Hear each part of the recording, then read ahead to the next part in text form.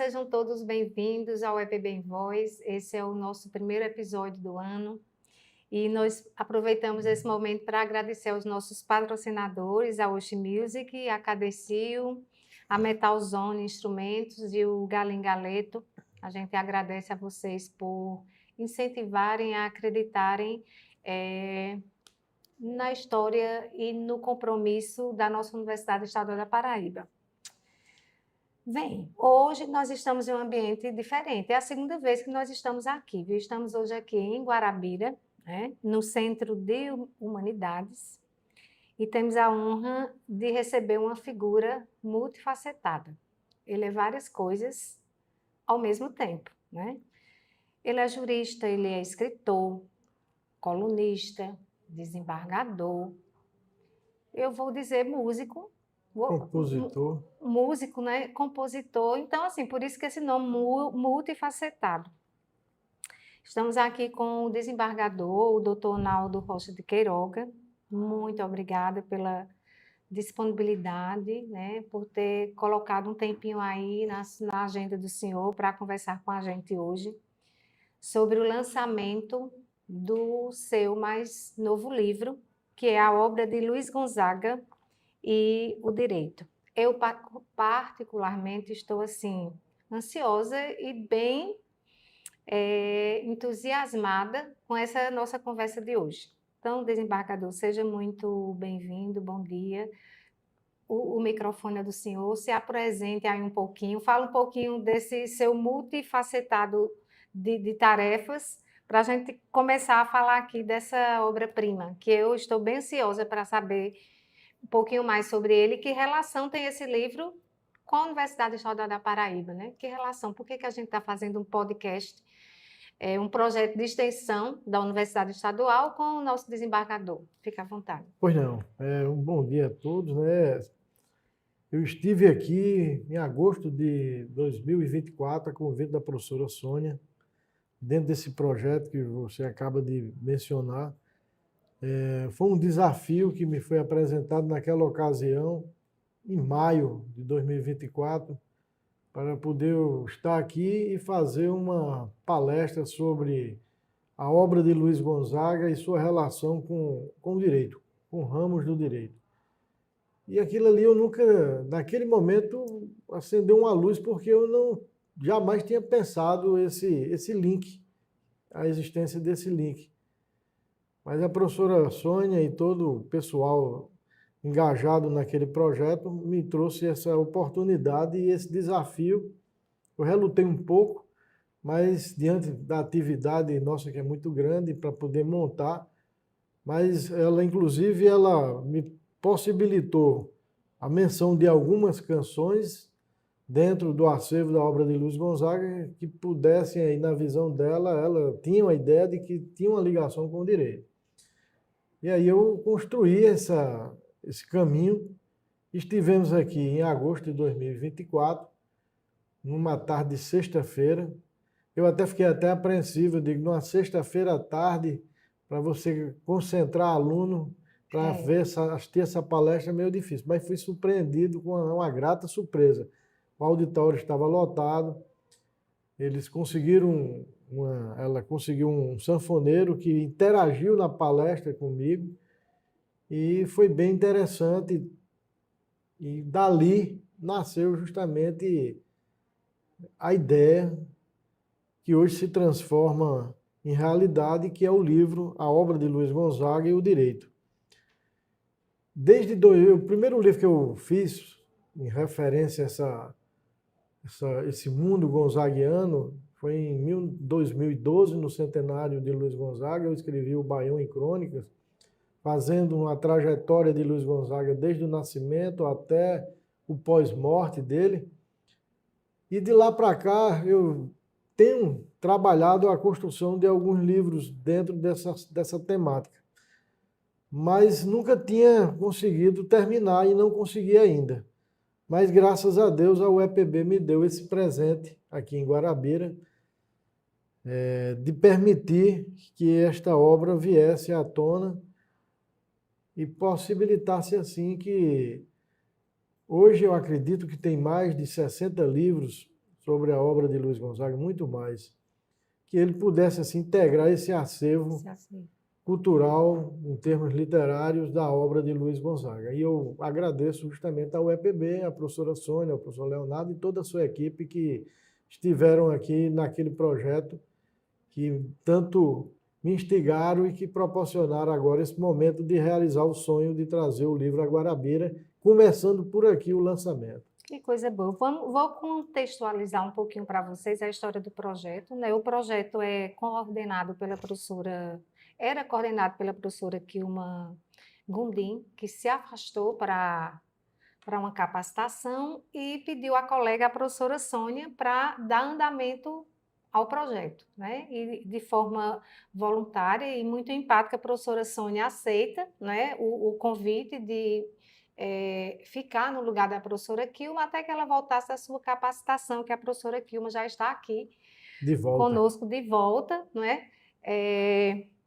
Na coordenação do projeto, e eu tenho certeza que a universidade é que se sente, professor, grata por esse seu olhar tão humano de enxergar em um projeto de extensão, né, e concretizá-lo e marcá-lo através desse livro. Então, fica aqui o nosso agradecimento em nome das professoras, em nome da UEPB, em nome da Pró-Reitoria de Extensão, pelo seu olhar e por acreditar no trabalho da nossa universidade. Vamos começar aqui com algumas perguntas, né? O senhor tem uma trajetória já muito marcada no direito, né? E desde a sua carreira como advogado até chegar ao Tribunal de Justiça. E durante esse percurso, eu dei uma olhadinha no seu currículo aí, já andou já esteve em várias cidades, né, da Paraíba, né, enquanto na área do direito, né, na área jurídica. E eu queria que o senhor falasse para a gente se essa sua trajetória nessas cidades, né, da Paraíba mudou a sua visão em relação à justiça e que influência tem isso na sua escrita? Tranquilamente. Eu sou de Pombal, né? E aí vim com... Meu pai era magistrado já na época, juiz, minha mãe professora. E fomos morar em Catolé inicialmente, depois Campina Grande e João Pessoa. E em João Pessoa eu terminei o curso na UFPB, em João Pessoa, curso de Direito. Cursei uma parte no Unip e a outra concluí o curso na UFPB. Fui advogado 3 anos, onde atuei principalmente na área eleitoral, na área trabalhista, criminal, também na área civil. E fui, em seguida, por concurso, promotor de justiça em Belém de Caiçara, aqui, onde tive a oportunidade também de fazer júris em Caiçara. E fui também promotor em Conceição do Piancó por 10 meses, ocasião que eu substituía Itaporanga e também algumas vezes Bonito Santa Fé. Depois eu fiz o concurso para juiz em 92 e de lá para cá eu inicialmente fui juiz de Pirpirituba, que hoje não mais é comarca, e depois migrei já por promoção para Sousa, passei 3 anos lá, depois Campina Grande e por fim João Pessoa, e depois de 33 anos chego agora em 2025 e 24, outubro de 2024, ao cargo de desembargador do Tribunal de Justiça da Paraíba. Mas é importante justamente essa linha de tempo, porque é a base do judiciário que você tem a condição maior de estar próximo do jurisdicionado, daquele que procura a justiça. E nós sabemos que a grande maioria de quem está ali litigando, trazendo as suas questões para a justiça, é uma camada que é absorvida pela Defensoria Pública, que é carente, tem muitas dificuldades, e ali você tem uma realidade, inclusive você pode perceber diferenças de uma região para outra. Na área criminal, que pelo percebi você tem uma afeição muito interessante, naquela região de Conceição, que eu pude notar é que os crimes de homicídio, tudo ocorriam basicamente por emboscada, era por encomenda. Já na região de Sousa, ela era o cenário já era diferente. Ele tinha um requinte de crueldade, envolvia um lado muito passional, certo? A violência doméstica ali já era sentida, bem marcante ali. Inclusive, teve um caso que eu fui juiz de um processo de divórcio, tentei a conciliação durante 1h30, consegui fazer o acordo, saíram em paz, 1h30 depois ele mata a ex-esposa. E aquilo foi um choque muito grande na época para eu com 25 anos, começando a carreira, mas já tinha a sinalização de o grau desse tipo de delito que o tempo construiu um volume ainda maior e insano que até hoje a gente fica questionando por que tanta violência, e principalmente nessa área da convivência de família, né, da violência doméstica. E aí isso vai talhando sua natureza, o olhar do julgador, vai refinando, vai humanizando. Humanizando. E o Birô do Magistrado, ele tem problemas todos os dias.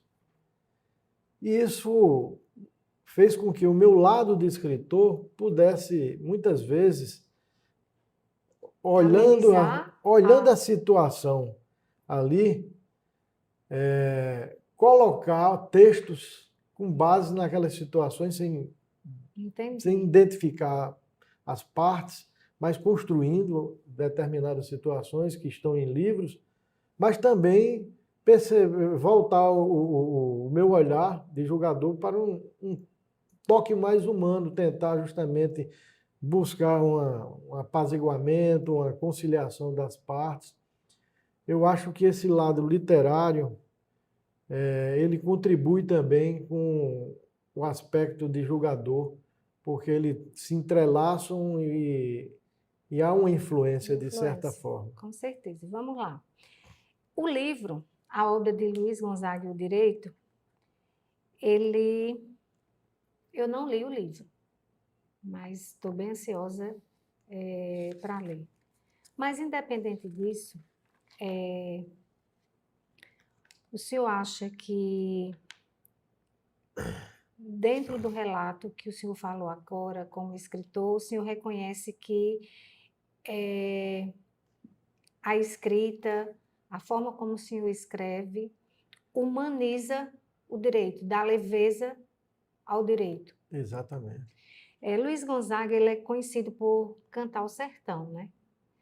E as músicas de Luiz Gonzaga, quando ele canta o sertão, ele vem, sobretudo, carregada de uma certa forma de um pouco de dor, de saudade, né? Que ele sempre relata nas suas canções, a saudade que ele sente da terra dele, né? Denúncia. Das injustiças, né? Em sua pesquisa, quais os pontos da obra do Rei do Baião mais lhe saltaram assim aos olhos, né? Um estudo de caso, por exemplo, ou reflexões diretas sobre o direito? A primeira música que me foi apresentada e realmente tem uma ligação umbilical com o ramo do direito, que é mencionado no livro e também já na palestra, é A Morte do Vaqueiro. Que é a história de Raimundo Jacó, um primo de Luiz Gonzaga, vaqueiro afamado, que juntamente trabalhava com um outro vaqueiro na fazenda de um coronel, na região de Pernambuco, e ali uma reis muito afamada se perdeu no mato. E o coronel mandou que os dois fossem buscar essa reis, localizassem essa reis na Caatinga. Eles saíram de manhã e entrou pelo final da manhã, início da tarde, e lá por volta das 5 horas, 6 horas, só aparece de volta o Miguel Lopes. E Raimundo Jacó não surge. E perguntado a Miguel sobre Raimundo Jacó, ele disse que se perderam dentro do mato, que ele não sabe onde é que está Raimundo. Então o coronel espera amanhecer e aí constituem uma equipe maior e vão atrás de Raimundo. Chegam lá, dentro da Caatinga, está lá o Raimundo Jacó morto, como se tivesse levado uma pedrada grande na cabeça, na área da nuca, o cachorro que andava com ele e o cavalo ali como se estivessem pastorando e guardando Raimundo Jacó. Obviamente que todos os indícios recaíram de autoria para Miguel, porque eram os únicos dois que estavam lá dentro daquela área na busca dessa reis. Mas todo mundo sabia que Miguel Lopes era o xodó do coronel. Foi aberta um inquérito, investigações, ouvidas várias testemunhas, mas, como diz Luiz Gonzaga, a justiça dos homens deu para o mundo. Não se apurou nada, não se foi adiante e ninguém foi punido. E o único prejudicado nisso tudo foi Raimundo, que perdeu a vida. E aí, em protesto a isso, Luiz Gonzaga constrói a música Morte do Vaqueiro e também ele cria a missa do Vaqueiro em Serrita com o padre João Câncio, que ainda hoje é celebrada no terceiro domingo do mês de julho, todos os anos. Em homenagem a essa figura lendária do vaqueiro e principalmente a Raimundo Jacó, a letra é belíssima, mostra justamente isso aí, ele decanta Luiz Gonzaga, ele faz questão de mostrar o seu protesto, e aí é uma cobrança, hein? É um dedo na ferida do próprio Poder Judiciário, da própria polícia, que não conseguiu fazer o inquérito e apontar realmente quem foi. Sequer houve uma denúncia, já que havia indícios de que o próprio Miguel era o único que estava com ele lá, então os indícios recaíam em relação a ele, mas nem isso ele foi denunciado e foi arquivado o caso. Então Gonzaga cria justamente essa canção e aí mostra uma realidade com o direito criminal. Porque existem muitos Raimundos por aí. Isso. Existem ainda hoje muitas mortes que ocorrem. Essa história ela é muito real, né? Ela é muito dos dias atuais. Né? Existem muitos Raimundos que morrem e que os inquéritos não vão adiante. Não se tem um olhar mais cauteloso de vigilância, tanto por parte do Ministério Público, por parte do Judiciário, para a gente chegar a um ponto de nível de prova que possa se conseguir. Diante de tanta tecnologia, de tantas possibilidades que hoje você tem para conduzir a condução de encontrar hoje mecanismos de chegar a uma autoria. Hoje nós temos câmeras, nós temos condições de rastrear digitais, temos tudo. Então, mas mesmo assim, se você fizer um apanhado, a quantidade de inquéritos que são arquivados por não se localizar a autoria do delito, ou então se sabe e não se chega ao fim, é algo impressionante. Doutor Naldo, em algum momento o senhor imaginou, por exemplo, Luiz Gonzaga, vivo agora, nessa conjuntura que nós estamos hoje, assim, no mundo e no país, que impacto teria essa música de Luiz Gonzaga, ele vivo hoje? Que é o que o senhor acha que poderia...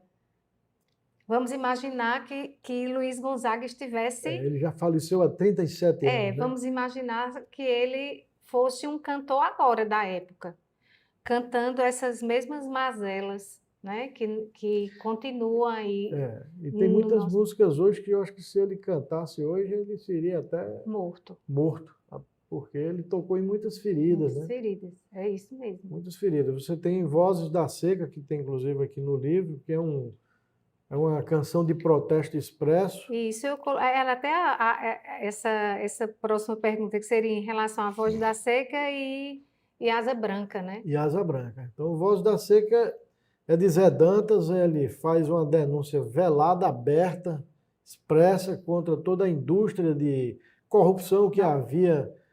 na época da seca, e que utilizavam justamente aquelas frentes de emergência para poder roubarem dinheiro, né? E aí Gonzaga botou o dedo na ferida, tanto é que certa vez alguém disse que essa música de Gonzaga valia mais do que 1000 discursos no Congresso, porque é uma denúncia clara. Ele foi na ferida, ele foi lá, atingiu toda uma estrutura do sistema que vinha funcionando há muito tempo. E aí isso aí permitiu o quê? Uma sinalização, um grito que terminou numa caminhada que veio em seguida muitas legislações que, de certa forma, foi construída tendo como início as Vozes da Seca. Legislações para proteger o meio ambiente, proteger os pássaros, os Isso. animais. Então, tudo isso vem em decorrência dessa voz forte de Gonzaga que nunca se calava. Eu costumo dizer que ele cantava de tudo um pouco. Ele cantava desde as dores, desde as alegrias, desde a chuva, desde da seca, das praias, dos Do padres, do amor, amor, dos dos desencantos. desencantos. Cantava a vida. Cantava a vida. Toda a música de Gonzaga, se você for sertanejo, for nordestino, Se se identifica em você algum momento. olhar, ela lhe toca, ela está ali ao seu redor. Toda a estrutura da letra diz alguma coisa de algo que está ali próximo a você. É verdade. No seu livro existe uma interpretação para a sentença de Asa Branca, né? Essa que a gente enxerga essa denúncia explícita de Luiz Gonzaga em relação ao Estado. O senhor acredita que Luiz Gonzaga, de uma certa forma, ele foi precursor, né, da violação desses direitos fundamentais e principalmente do Nordeste, né, como a gente acabou de falar, e que essas músicas, como é que eu posso dizer? Essa denúncia de forma musicada, ela influenciou os constituintes lá na nossa Constituição. Os nordestinos, por exemplo, acho que se utilizavam dessa música para. Já cantava, já dizia Luiz Luiz Gonzaga, Gonzaga. já cantava Luiz Gonzaga. Precisamos ter um olhar diferenciado para o homem do Nordeste. Eu acho o seguinte, Gonzaga era um ser diferenciado. Como diz Gilson de Oliveira, é um matuto que conquistou o mundo, nasceu num pé de uma serra em 1912, lá em Exu, no sítio Caiçara, na Vila do pertencente à Vila do Araripe, Exu, Pernambuco. E dali, sem ter hoje, você fazendo uma comparação de hoje para aquele momento, os meios de comunicação eram completamente arcaicos, meios de transporte também, e aquele homem, sem ter a possibilidade que tem hoje de um Instagram, de um Facebook, das mídias, do canal de YouTube, ele conseguiu sair do Exu, saiu do Exu porque senão morria, porque o coronel não o permitia que ele casasse com a filha dele, a Nazinha, porque ele era sanfoneiro e era preto. E aí vem E ele todo ainda enfrentava esse esse preconceito, né? preconceito. Pobre, Pobre, preto, preto, né? E e nordestino, sanfoneiro, e nordestino e e sanfoneiro. músico, né? Então sair daquela sua condição, né? E conseguir ter essa dimensão, né? Essa dimensão. E ele consegue, dizem que Gonzaga é um grande humorista e também um grande marqueteiro. Do jeito dele, sem ter uma empresa especializada nisso, mas ele conseguia fazer as coisas acontecer. E mesmo assim ele sai do Exu, 16 anos depois ele já é afamado, já é conhecido nacionalmente, e como diz a história, vem a asa branca, que que foi aquela porta que se abriu, Que a se bandeira abriu. maior para a sua carreira. Foi literalmente a asa que voou. A asa que voou, porque quando ele começou em 1941, a gravadora só permitia ele gravar instrumental. Então ele gravou instrumental de 1941 a 1945. Tangos, valsas, boleros, fados, polcas. Esse era até que ele resolveu fazer uma jogada e disse: eu vou sair porque a outra gravadora me permite colocar a voz. E aí foi em 1945 que ele grava a primeira música com sua voz, A Dança da Mariquinha. Mas o senhor acha que essa questão da gravadora ele não permitir a voz seria pelo fato do sotaque nordestino? Acredito que Acredita sim. Eles nisso? diziam que Gonzaga tinha uma voz de taquara rachada. É que era, Não era tinha, muito, era muito marcada, né? marcada. Então Gonzaga aí vai, conhece Humberto Teixeira, e ali ele menciona a Asa Branca, que era uma cantiga de eito, das lavadeiras lá do Rio das Flores, da terra de seu Januário, que batiam as roupas cantando essa música, mas não dessa forma. A Sei. letra era um poucozinho diferente. E aí Gonzaga cantarola essa música para Humberto. Humberto aperfeiçoa a letra e aí transforma nesse hino, nessa bandeira maior de um povo chamado Nordeste, que é a Asa Branca. E aí vem, quando se diz, não, a primeira música de protesto, que Zé Dantas disse que era a voz da seca, aí Humberto gritou, disse, não, primeira música de protesto é a Asa Branca, porque ela é um protesto, mas de uma forma telúrica. Ela denuncia de qualquer forma a seca, mostrando a retirada da Asa Branca, como também de todo o nordestino, diante da falta de zelo dos gestores públicos à época que não construíam ambientes para poder o próprio sertanejo e o nordestino permanecer na sua região. E Gonzaga tem um ponto bem interessante mais adiante, que é quando ele, percebendo que um músico do Rio Grande do Sul, ele cantava com a indumentária Sim. do gaúcho. E aí ele disse, eu tenho que criar um personagem, uma indumentária, um indumentário que possa eu estar no palco e alguém ligar a minha região. E aí ele faz uma mesclagem aí do vaqueiro com o cangaceiro. Um grande marqueteiro mesmo, É. como o senhor falou, né? E aí quando ele pisa no palco da Rádio Nacional com essa indumentária, a Rádio Nacional, quando ele desce, você não canta aqui com essa indumentária. A rádio não está aqui para patrocinar divulgação de bandido cangaceiro. Aí ele diz, eu só volto quando eu puder cantar. E aí ele sai cantando pelo país todo com isso aí, cria força, porque quem olhava ligava ao nordestino e a Rádio Nacional se rende e traz de volta Gonzaga. E isso foi importante por quê? Porque se tinha uma ideia de que o nordestino era um jaca-tatu, uma pessoa esquálida, pálida, com fome, Sim, sem sem força. força. E ele, fazendo a fusão do vaqueiro com o cangaceiro, ele traz um personagem misto aí, mas com uma fortaleza muito grande. Um personagem resiliente, né? Que Resiliente. mesmo apesar das dores, da Das dores, seca ou da fome, tá ali, tá ali, firme cantando, né? firme cantando. Muito bom. Doutor Naldo, o seu livro, ele parte a partir da ideia que o senhor falou de um projeto de extensão aqui da nossa universidade, né? Eu queria que o senhor deixasse uma mensagem, não só para os coordenadores, né, do projeto, né, para os professores que estão envolvidos nesse projeto, mas para os alunos, né? Que importância o senhor vê desses projetos de extensão?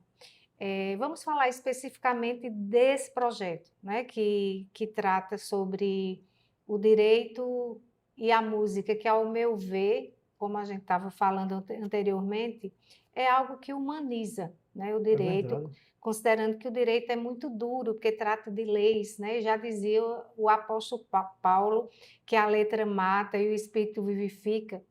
Então, na minha meu simples entendimento, né, sobre direito e sobre música, eu acho que a escrita, que a poesia, que a música humaniza um pouco esse direito.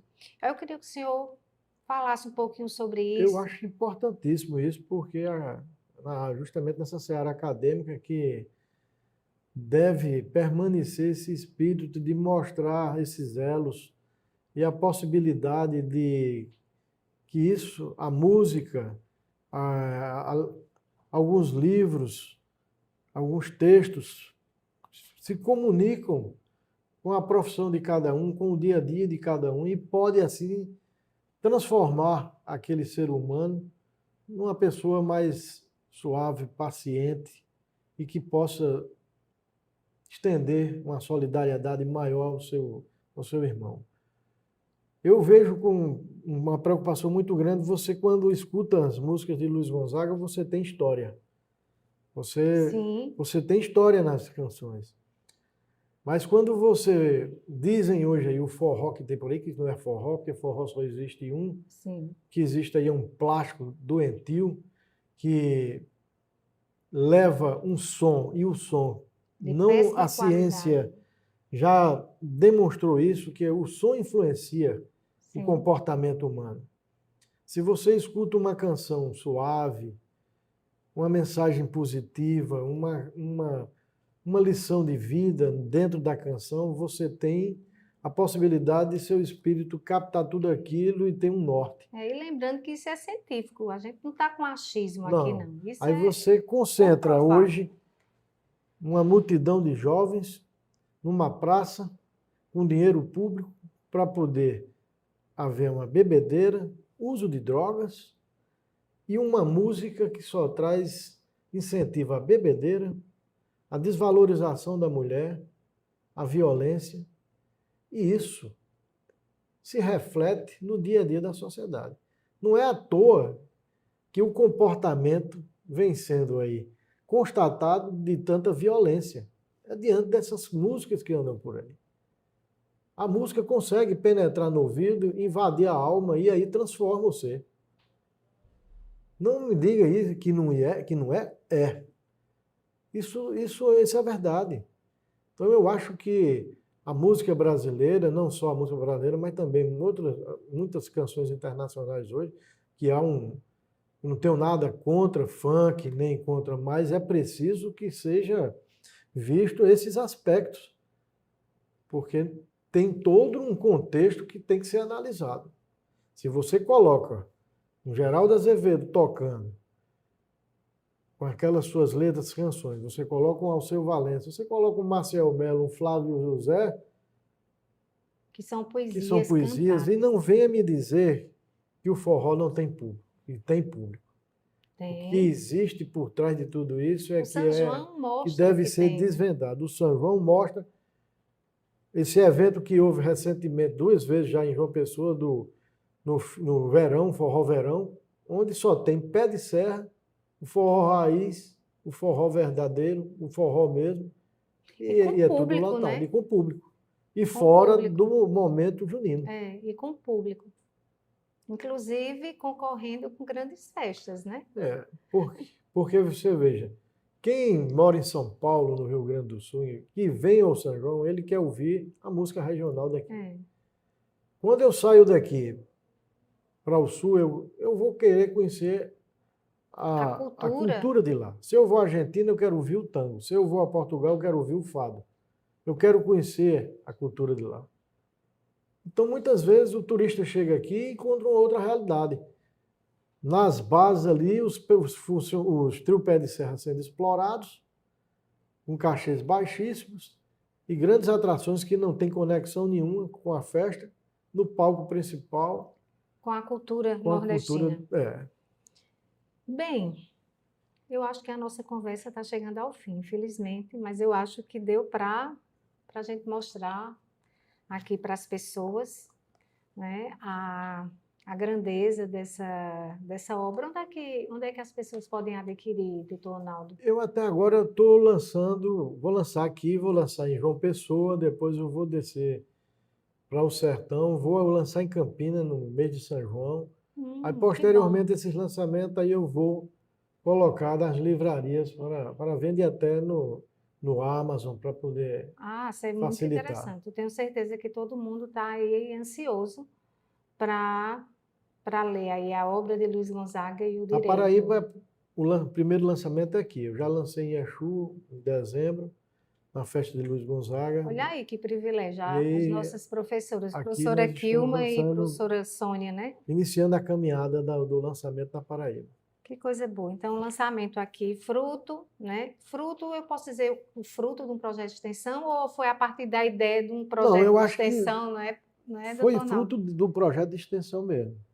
Muito bem. Não Estamos, tem. estamos assim, orgulhosos e felizes com isso, né? É, e a gente só tem a agradecer a sua presença, a sua disponibilidade, né? E agradecer, enquanto Pró-Reitoria de Extensão, às professoras, a professora Kilma, que está retornando para coordenar o seu projeto, né? E quer falar mais Só alguma deixar uma coisa? mensagem desse cancioneiro maior da música brasileira, que sempre lutou por seu povo, por sua terra, por sua gente. Nunca precisou, na época de seca, de que nenhum governante viesse para acudir, ele mesmo saía fazendo shows e com as arrecadações ele transformava em alimentos, em água e levava para sua terra. Por isso que numa frase emblemática, próxima à sua morte, ele deixou uma frase que era: quero ser lembrado como o sanfoneiro que amou e cantou muito seu povo. O sertão, que cantou as aves, os animais, os padres, os cangaceiros, os retirantes, os valentes, os covardes e principalmente o amor. E como o doutor Ronaldo quer ser lembrado? Como o jurista que humanizou o direito através da escrita? Aí o tempo vai dizer, né? Mas eu acho que é aquela pessoa justamente que, como você colocou, é aquele jurista que sempre buscou trazer dentro de si que a cultura permitisse um olhar humano maior no momento de cada decisão. Que maravilha. Então, muito obrigado. E o podcast é o EPB em Voz. Estamos terminando aqui essa conversa maravilhosa, né? E aproveitamos mais uma vez para agradecer os nossos patrocinadores, Metalzone Instrumentos, a Oshi Music, Cadercil e a Galen Galioto, pelo apoio que vocês têm dado ao EPB em Voz. Então, nosso muito obrigada e até o próximo. Sim, outra coisa, não esqueçam de nos seguir lá nas redes sociais, no Instagram, de curtir, né, de encaminhar essa nossa conversinha aqui para os colegas, para as pessoas que gostam, né, do trabalho da nossa universidade. Então, nosso muito obrigada.